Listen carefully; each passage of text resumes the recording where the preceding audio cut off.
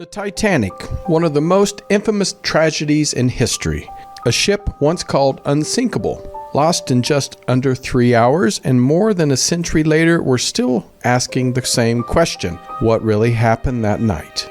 Was it human error, a failure of design, or a perfect storm of bad decisions, bad luck, and myths that have taken on a life of its own? Today we're cutting through the noise and separating fact from fiction. Joining me today is a leading authority on the Titanic and its sister ships, Mark Chirnside, a respected Maritime author and historian whose research dives deep into the original documents, eyewitness accounts, and the overlooked details that most people, even Hollywood, got wrong. We're talking about the criminal moments after the iceberg strike, the biggest myths surrounding the disaster, and what history still misunderstands about one of the most studied events of our time. So get ready, because today we're busting Titanic's myths and uncovering the truth. I'm Tony Sweet with Truth Be Told.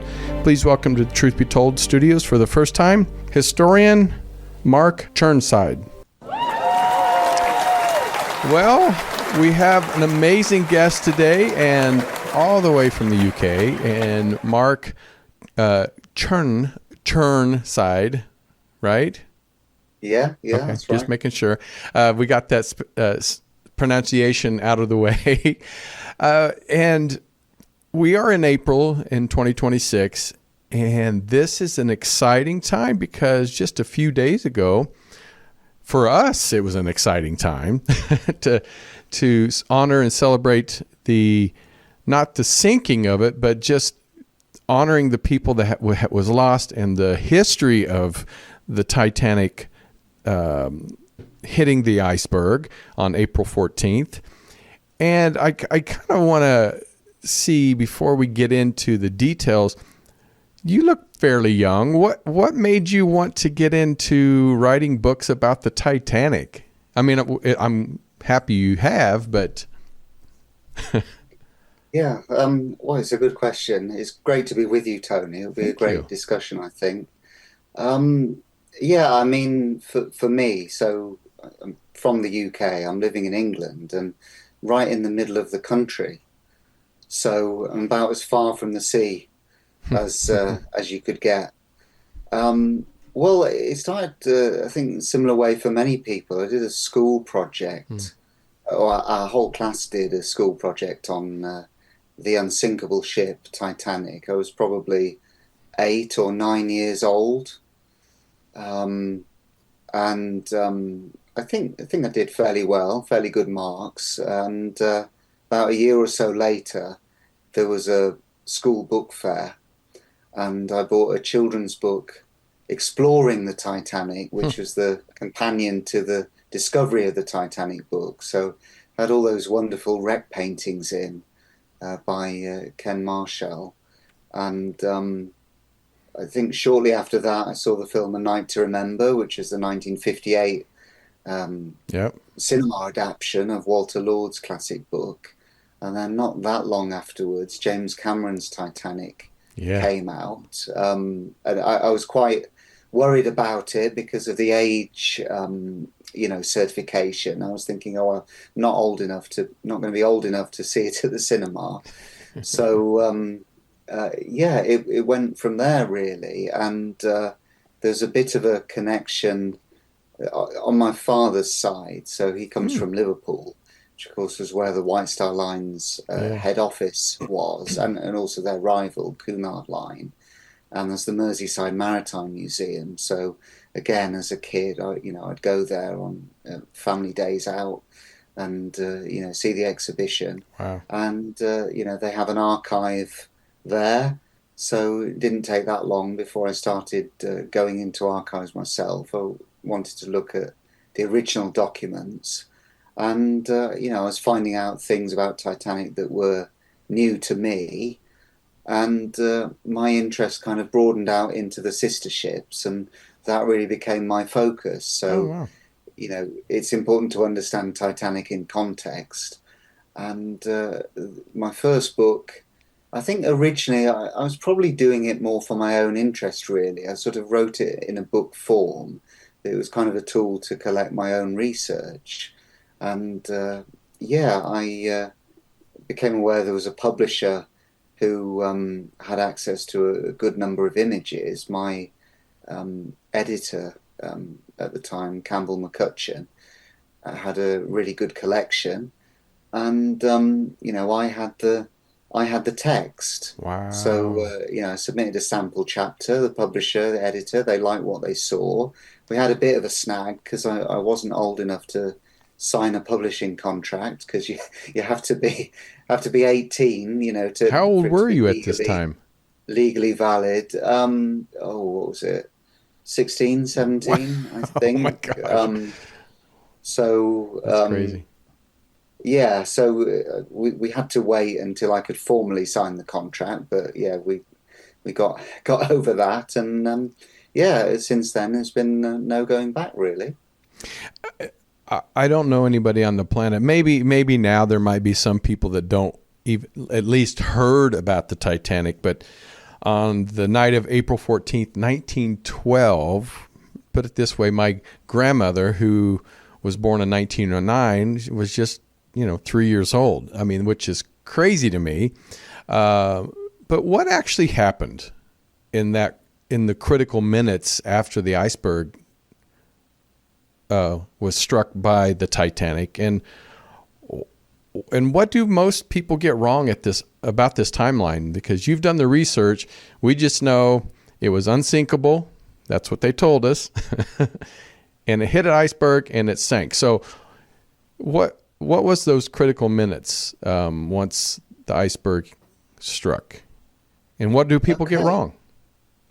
Well, it's probably longer than we've got time for. Probably, yeah. I think there's so many myths about Titanic, and there are also so many things we won't know, because so many witnesses to that died in the disaster. The first officer was William Murdoch. He was the officer of the watch when the collision occurred. Right. He did his best to avoid the iceberg. I think it was a narrow escape, but nonetheless there was a collision with the iceberg that I think seemed deceptively light to quite a lot of people. I mean, if you're in the bow, you felt the collision, but right. Many passengers just noticed after a time that the engines had stopped. You get used to this on shipboard, and all of a sudden it's silent. So yeah, Captain Smith came onto the bridge. He asked what the problem was, and there was that fateful news from First Officer Murdoch: we've struck an iceberg. Smith and the ship's officers had to try and find out how much damage had been done, and sadly, in those crucial minutes, the news was just getting worse and worse. It became clear there was serious damage to the ship. The ship was flooding. She was flooding in multiple compartments, and they really went from a position where they'd been having such a successful maiden voyage, and they'd been aware of the ice danger, but thought they would see any ice in time to avoid it. And within half an hour, 35 minutes or so, they've got the full picture that Titanic's mortally wounded. She had 16 watertight compartments, and potentially could have floated with the first 4 completely flooded. But why didn't they close these compartments? Why? Oh, they did. They did. It just didn't help.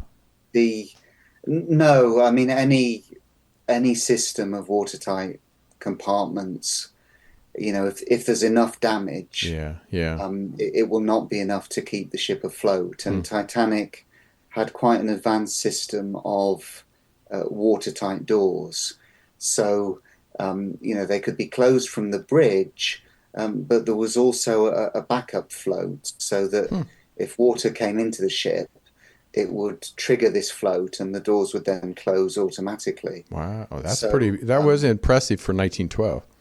Yeah, and quite an advance on ships just a few years earlier. The White Star liner Republic sank in 1909, and she sank, but it was after 38 hours, so it kind of reinforced a false sense of confidence, really, that That they had even time. if a ship was that badly damaged, it would remain afloat long enough for help to arrive, which wasn't what happened in Titanic's case. But her engineers were having to try and screw down the watertight doors manually, and by the time they'd done that, there was flooding in a compartment adjacent to the damage. So the watertight doors worked well. The watertight compartment design, I think was really pretty good for the period. There was a good margin of safety, but the extent of the damage was just enormous. There were 5 compartments that were seen to be flooding straight away, out of control. There was a bit of damage in the 6th compartment, boiler room 5, which was being kept under control for a period. And then later in the sinking, they found that water was coming into boiler room 4. So potentially there's some form of damage in at least 7 compartments out of 16. Wow. That is huge. Yeah. You're not going to be able to get ahead of that. Yeah. And given the nature of the damage, I personally think Titanic did pretty well to stay afloat for, it was about 2 hours, 40 minutes. But yeah, it was an enormous shock to the ship's crew. Not only is the ship going to sink, but they're racing against time to get people loaded in the lifeboats. How do you instill urgency in people without creating a sense of panic? And they're trying to summon help as well. One big question was, why didn't the Titanic slow down despite seeing multiple warnings earlier in the day, and I'm sure even right before it happened? Was that normal practice, or just kind of, were they trying to get to New York, to prove the timeline? Yeah, it certainly wasn't abnormal practice. Huh. I mean, these ships, they ran to a certain schedule. I mean, the White Star Line, they weren't competing for the very fastest ship afloat. The record holder in 1912 was Cunard's Mauritania, which could do more than 26 knots. Wow, that's pretty fast. So Titanic's a couple of knots slower, but she's certainly competitive speed-wise. There were not many ships that were capable of 22 knots in 1912, just a small handful. I think really the answer, I think it lies in a sense of complacency. There was a belief that Captain Smith had and his officers had that in clear, calm weather conditions, they would see ice in good time to avoid it. As you say, they'd received wireless messages which advised them that ice was ahead, but they did take some precautions, but essentially they made that judgment: we don't need to slow down, we're going to see ice in time to avoid it, and in the meantime press on. And Captain Smith, his reputation in history is probably not great. I mean, if the last entry on your CV is that you're the captain of the Titanic, that doesn't do much for your reputation. But he'd been the captain of Titanic's sister ship Olympic in June 1911. And at the time, her maiden voyage was arguably, I think it was much more high profile than Titanic's. And they encountered fog for a period, and they did slow down for several hours. Captain Smith slowed down. So, he wasn't this reckless captain that would press on regardless. Comparing the maiden voyages of Olympic and Titanic, in Titanic's case, the weather was clear. Yeah. I suspect he would have slowed down or taken some other action, if visibility had deteriorated. But he believed conditions were clear and calm. And in those circumstances, that's what so many captains did. They just pressed on. Yeah. And in the movie itself, you never know how accurate movie, because they want to. I mean, there was a lot of drama going on, but they want to enhance it to make people stay with the movie. But One of the questions too is they tried to turn. So do you think if they would have hit it straight on, it would have made a difference? I mean, definitely it would have had damage, but do you think that would have saved them from sinking?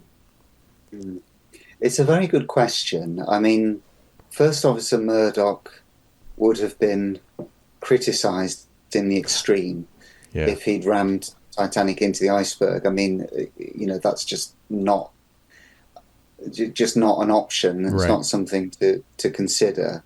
Harland and Wolff's architect, Edward Wilding, who was responsible for much of the ship's design and the watertight compartments, he believed that Titanic would have survived a head-on collision with the iceberg. A big part of this is that if you collide head-on, fewer compartments are damaged, and therefore if fewer compartments are flooding, that should be enough for the watertight, bulkheads to contain. I think perhaps in theory she would have survived. I think in practice, slamming the ship with that much momentum. I mean, she weighed nearly 50,000 tons at the time of the collision. Wow. Slamming it into an iceberg at 22 knots, how you model the kind of shocks that would have imposed on the ship's structure is a very good question. It seems quite probable that, rivets further aft, what does it do to the ship's structure? And, are they going to be able to close the watertight doors? So, it's hotly debated, and I think it's something we'll never know a definitive answer to. It is possible she would have survived, but, Murdoch, in trying to avoid the iceberg, I personally think he came very close to avoiding it entirely. That's no consolation in the circumstances, but I think Murdoch did the right thing. And so often, you'll see criticism online. A lot of people criticize Murdoch for ordering the engines reversed. That was just based on one fellow officer's account. I think in reality he ordered the engines stopped. The criticism was that by reversing the engines, he impeded the ship's turning abilities. Oh, wow. That was not the case. He ordered the engines stopped. And, he gets a lot of unfair criticism for something that, in my opinion, he didn't do. I wouldn't know why they would reverse it anyway unless they were just stuck on the iceberg. That wouldn't really make sense. Well, the criticism is that by reversing the engines, it makes the ship's rudder less effective, and she doesn't turn as quickly, respond as quickly. Yeah. I mean, generally, if a hazard is sighted far enough in the distance, you can possibly reverse the engines to bring the ship to a stop. But, the iceberg was way too close. I don't think that was even a consideration for Murdoch. And I think going head on, because it'd be like driving in a car and a deer come in the road. You're like, I'm just going to run it over, versus like, oh, I'm going to swerve and see if I can miss. So, I mean, I guess theoretic, I can't even say it now. Trying to swerve and miss the iceberg is just more of a choice that most of us would have made. Yeah, I think. I mean, the ship's officer. His duty was to try and keep the ship out of danger. And unfortunately, it wasn't successful. Especially back in 1912, communication was. There's communicating between each of the officers and the crew, and then also communications of trying to reach for help. I know they had flares, they had the SOS, to reaching out to hopefully nearby ships. But what do you think are some of the critical failures of the communication, like missed wireless messages and not responding, and that possibly could have made a difference in loss of life? Yeah, it's difficult because certainly Captain Smith and his officers were aware that they were heading into a region where ice would be expected, Right. and that they obviously misjudged their ability to avoid that ice, but they were aware it was there. So it does make it hard to come to a kind of definitive conclusion. Well, if there was one more ice message they were aware of or something, would that have led them to do anything different? So I think I tend to think that Smith would probably have done what he did anyway, because they were aware that ice was ahead. So Right. it wasn't a situation where they had no idea at all that ice was sighted ahead, which might have been the case some years earlier. The Marconi wireless apparatus on Titanic, and Olympic, was by far the most powerful afloat, and it had been in use for a good 10 years or so on the major ships. It was getting more and more accepted, and getting installed on more ships all the time. So and ultimately it was that system that enabled them to summon help from Cunard's Carpathia. But Carpathia's wireless operator was a guy called Thomas Cottam. He was a young guy, I think 21 years old. He died in 1984, so it was only 1 year before the Titanic wreck was found. So, he almost lived to see Titanic discovered. But, he was just going to turn in for the night when he heard the distress call. So in that sense, Carpathia was the first ship on the scene of the disaster. Arguably it was quite lucky that he caught the distress signal. Titanic had 2 wireless operators, but there were many ships that either didn't have wireless or they just had one. And in the case of the Leyland liner Californian, which was even closer than Carpathia, her wireless operator, Cyril Evans, had turned in for the night. So the wireless set was not being used, and they didn't get the distress signals. Well, if Californian had had a 24-hour manned wireless, which you could have had with 2 wireless operators, then she would have picked up Titanic's distress signals. So wow. It was a missed opportunity. I think no matter who got the distress signal soon enough, there still would have been many losses of lives. So, but some lives would have been definitely saved. Your work, which, like I said, I'm going to show the book, or at least one of your books. Show the book. It's yeah, fine. Olympic and Titanic, Triumph and Disaster.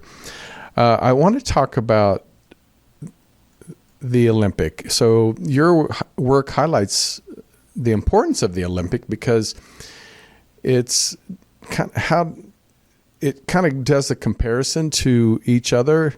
And how does the comparison of these 2 ships change our understanding of the fate of Titanic? Well, I think Olympic, she was the lead ship, so she was the first of the 3. Right. And, really she was the one where the focus was before the disaster. There's a newspaper headline, I think it was early June 1911. It's talking about Titanic's launch, and it doesn't even use the name. It just says launch of Olympic sister ship. So, that's the headline. I've got that article somewhere. Annoyingly, I've not been able to find it again. But that sets the scene as to where the focus was. Right. And essentially, from Olympic's first season, she was in service in 1911. They came up with all sorts of minor changes to improve Titanic's passenger accommodation. So, Titanic had so many features that were new for a ship in 1912, and they included all these extra first-class suites, which 2 of them even had their own private promenade deck. It was about 48 feet long. This was an incredible luxury for the period, and they charged I think it was $4,350 at the height of the season. I mean, and that's not adjusted for inflation. Right, right. I mean, that is not cheap today. And I dread to think what it would be if you adjusted it. So there was a lot of, I guess you'd call it premiumization going on. They're targeting all these extra revenues from first class, and Titanic. She's very much the same design, but they're just making all of these changes based on experience with Olympic to make her even better. And that process continued with the youngest and the largest sister ship, Britannic, which wasn't launched until 1914. Well, after the sinking of the Titanic, Olympic was modified. So what does that tell us, these changes about what went wrong with the Titanic? It's a very good question. I think as a bit of context, so just taking Titanic on its own briefly, the design specification was that she should float with any 2 watertight compartments flooded. And that was the kind of the gold standard of the time. It's what other ships were built to. And Holland and Wolff, the shipbuilders, went overboard, really. They designed the ship with such a margin of safety. She was, generally speaking, a 3-compartment ship. There were some exceptions, but generally speaking, she'd float with 3 compartments flooded, and also quite a few scenarios with 4 compartments flooded. Now, you fast forward 20 or so years to Queen Mary in 1936. Of course, she's still with us today in Long Beach, California. She was designed as a 3-compartment ship, so not that different to the original Titanic design. And there are ships today that are built to that 2-compartment standard. So you need to be clear, the original Titanic design was pretty safe, both by modern standards and for the period. But White Star, they'd invested all this money in these ships. I mean, these 3 ships together cost more than the value of their entire fleet. Wow. In 1908. So they had 23 ships in the fleet in 1908, valued at £4.8 million. And these 3 ships cost more than $5 million together. So that is a huge investment. And you want to protect your investment. You want to put at rest people's fears. So what the White Star Line said to Holland and Wolff was basically go above and beyond. And the result of that was that Olympic and Britannic could, they were designed to float with 6 compartments flooded. It wasn't any 6, but it was several groups of 6. And they also insisted for publicity purposes on an inner skin which ran the length of the boiler in the engine room. So it was referred to in advertising basically as a double hull. So if Titanic had something similar, if there's only slight damage to the ship, if it doesn't go too far in, then it will protect the interior from flooding. So Titanic's boiler room 6, boiler room 5, possibly boiler room 4. Boiler room 6 was really that critical 5th compartment.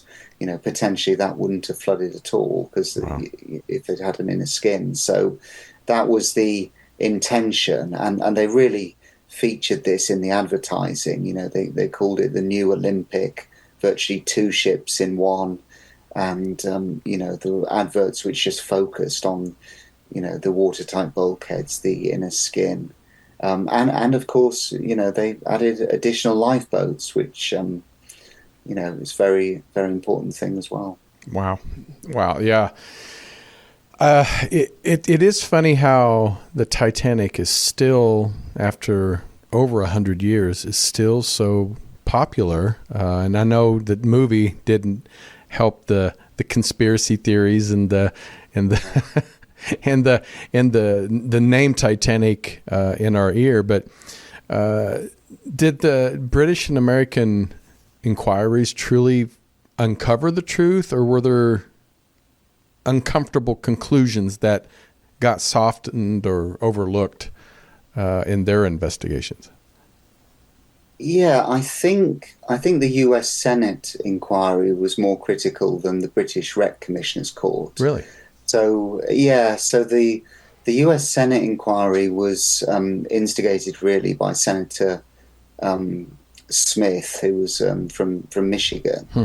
and he was a long-standing opponent of J.P. Morgan, who was the capitalist who had been instrumental in creating IMM, which was this huge American-controlled shipping combine, which had a controlling stake in the White Star Line. So there's a political angle there. And the rationale was, well, American lives have been lost on this ship, and therefore, the Senate has the power to undertake that inquiry. Whereas the British Wreck Commissioners Court was headed by Lord Mersey. And Mersey's conclusions, for example, on Captain Smith, it was essentially, well, he was following the practice of the time, but if you do this in future, then that's something to be censured. I forget the exact wording. I think it would basically be negligence if it happened in the future. So both inquiries were critical. As to finding the whole truth, we're talking about a disaster where, roughly speaking, 2 out of 3 people on the ship sadly lost their lives. Right. And there are some very significant people whose accounts we don't have. We don't have an account firsthand from First Officer Murdoch. We don't have Captain Smith's account, Chief Officer Wilde's account, Sixth Officer Moody's account. So there is certainly testimony missing. And for all that we know about the disaster, I'm sure, there are things we don't know and will never know just because of, all those accounts have been lost. So yeah, there's always more to learn, and I think we're still learning more about Titanic even today. Yeah. As to whether you find the whole truth, I think there will always be unanswered questions to some degree or another. We know the fundamentals of what happened. I always think it's funny when they talk about the Olympic and Titanic switch. In these investigators saying there's credible evidence that the Titanic was deliberately sacrificed for like insurance or financial gain. But I would think that could be true if there wasn't so many prominent figures on the Titanic that was lost. That's where I kind of like, I'm not for sure. Yeah. I mean, there seem to be so many different conspiracy theories. I mean, some of them are that Olympic and Titanic was swapped, and it was the Olympic that sank. Which, is utter nonsense. I think you would notice the difference. Yeah, you would. And there are others that seem to say it was Titanic that sank, but she was, deliberately sunk to kill people. The whole issue of insurance. I mean, not to throw figures at people, but Titanic cost. Let's do US dollars. So it was about $5 to the pound in 1912. Round numbers, she cost $7.5 million US dollars. The insurance coverage was $5 million. So she was a brand new ship, no depreciation, right? And she was insured for 2/3 of her build cost, and the third that was not insured, that was basically a risk that was covered in-house. They basically had their own internal insurance fund set aside for any issues. So, the whole idea of a conspiracy theory, the ship being sunk for, some kind of insurance payoff, right. Utter nonsense. It cost them money. There is the whole risk that actually, you've got lawsuits and liability after the disaster. I mean, it's just so wrong on, Yeah. I could talk about it for hours. It's so wrong on every level that this whole idea of the financial motivation is simply not the case. And in fact, a few weeks and months before the Titanic disaster, ships had been getting so large and so expensive that some of the major shipping lines were actually talking among themselves. So White Star and Cunard, for example, were talking among themselves about some kind of mutual insurance arrangement. So actually, do we take out some form of joint insurance and we spread the risk? Because, it's extremely unlikely that one of these ships will sink. They had to eat their words a few weeks later. But they recognised that these ships were so much bigger, so much more expensive than, previous ships, that actually it was becoming an issue. And the insurance coverage that they did have, the risk had to be spread among a consortium. It was different insurance companies for it to be manageable. So, the disaster made those difficulties even worse, and naturally enough, insurance rates went up. It just doesn't hold up under any scenario. It really doesn't. I know before we get out of here, because our time's flying, but J. Bruce Ismay, the chairman of the White Star Line, he's been long criticized, and was he fairly unfairly vilified, or did his actions contribute to the disaster? What is your thoughts on that? Well, there's always that question, isn't there? Was he a hero or a villain? Right. I think neither. Yeah. It's far too simplistic. I think Ismay, he's often criticised unfairly, in the sense he's criticised for things he didn't do. So, there's this widespread perception, for example, that Ismay, wanted the number of lifeboats reduced, that he vetoed the number of lifeboats being increased. That's not the case. And I gave a talk some years ago. It took about an hour, and I went through all the primary source evidence. But the short story is that Ismay, he approved a better Welin Davitt design, which was a better, this is the equipment used for lowering the lifeboats. So he approved a better version, an improved version, which was we believe was more expensive. The number of lifeboats that Titanic sailed with was 20, which was more than the 16 originally proposed, and it was 16 that was legally required. So they did exceed the regulations.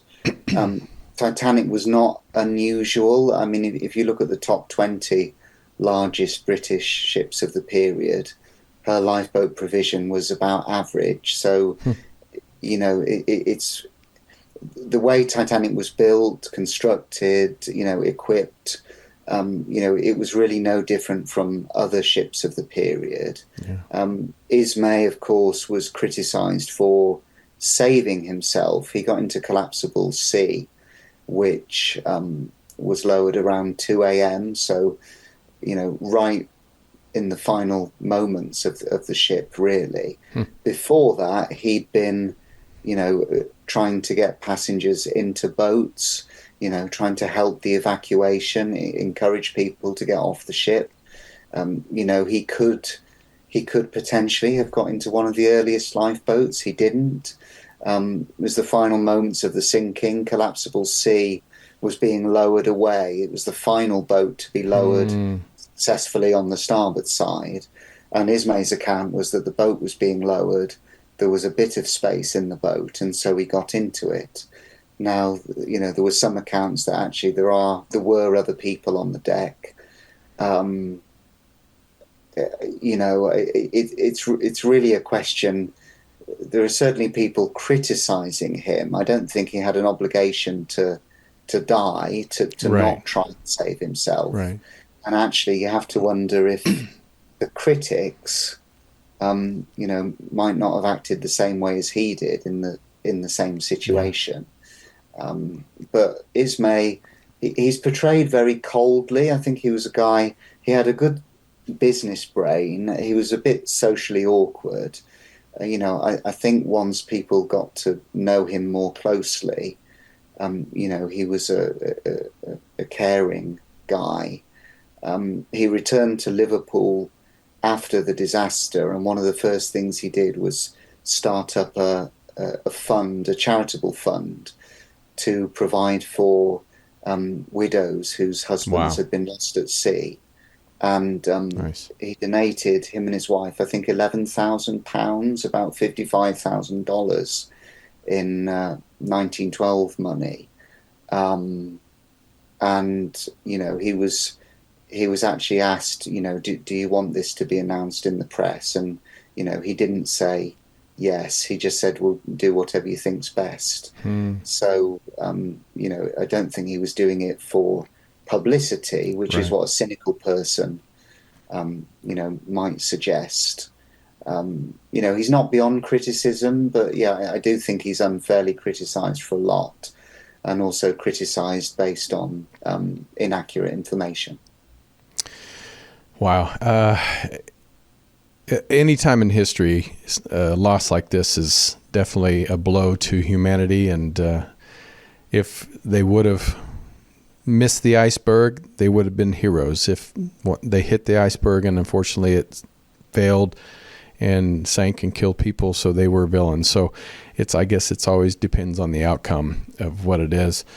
But if you boiled it down, was Titanic sinking a tragedy of human error, like a flawed design, or a systematic industry failure, or was it just kind of this perfect storm of all three? I think possibly a mix. I mean, with any disaster, I think there's a number of factors. There's never one single, well, probably very rarely one single cause that causes a tragedy. I think for the period, and even by modern standards, Titanic was generally a very well built ship. I think the way that the North Atlantic Express passenger liners were operated was a problem. The safety record of the 20 years leading up to the Titanic disaster, I think, lulled people into a sense of complacency. I mean, there were millions of people who crossed the Atlantic. Yeah, for sure. Westbound to the United States and Canada, and also eastbound as well. And you look at the loss of life compared to the millions of people who were safely transported, and really it was tiny. And, that was the view of the regulators, the people in the British Board of Trade, who said, well, look, the safety record is good, so why are we going to be spending time, imposing more safety regulation? This was kind of a small government, laissez-faire kind of approach. I think Titanic, that sort of complacency, I think there would have been a disaster of some sort at some point if it wasn't Titanic. Yeah. And it was the immediate catalyst for quite a few safety improvements. I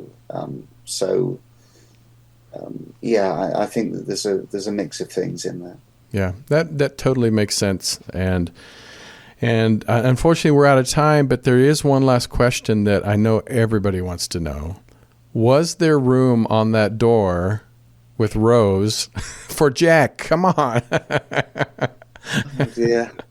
That's it. It wasn't a door. It wasn't even a door. It was technically just the pedantic answer. It was a piece of carved paneling from above the door in the first slant. I think it was meant to be. So, possibly if they'd found the door floating, you could have had a door for Jack and the other bit for Rose.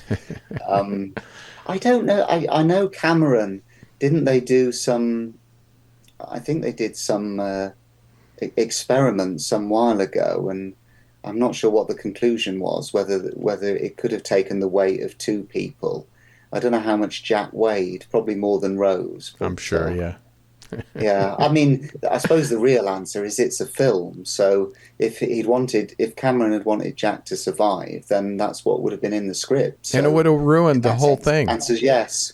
The ending was dropping the big stone into that would have, we wouldn't have had all that. So No, we So- wouldn't.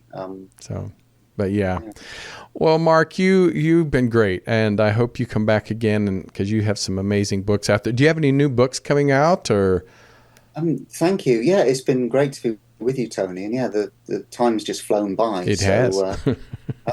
Yeah, well, my newest one is actually the one you showed the illustration of earlier. So Olympic and Titanic, Triumph and Disaster, and of course you can guess which is appropriate to which ship.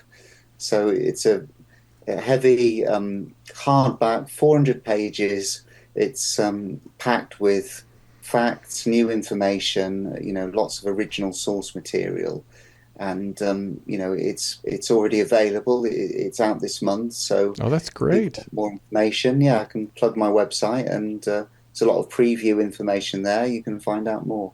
Perfect. And that's markchirnside.co.uk. So please go and check out all the books. And do you do speaking anywhere, or? Yeah, I do some speaking engagements. I do a regular lecture every September at PRONI, which is Public Record Office Northern Ireland in Belfast. Oh, great. So those are usually posted on YouTube as well. So and I keep people up to speed if they subscribe to my blog. So if I give a talk or something, or there's a video or podcast up, you'll get a notification, and you can listen to it whenever you want. Well, that's amazing. Well, Mark, thank you so much. We appreciate you sharing your research and your books with us. It's been a pleasure to have you on Truth Be Told. Great to be with you. Thanks, Tony. It's been great to be invited. Of course. And thank you, everybody, for tuning in. We appreciate you for always coming and being with us on a Friday afternoon. And we hope that you subscribe, share the show, tell everybody about all our episodes that are on the Club Paranormal Network. Until next time, take care of yourself and each other, and we'll see you real soon. Take care.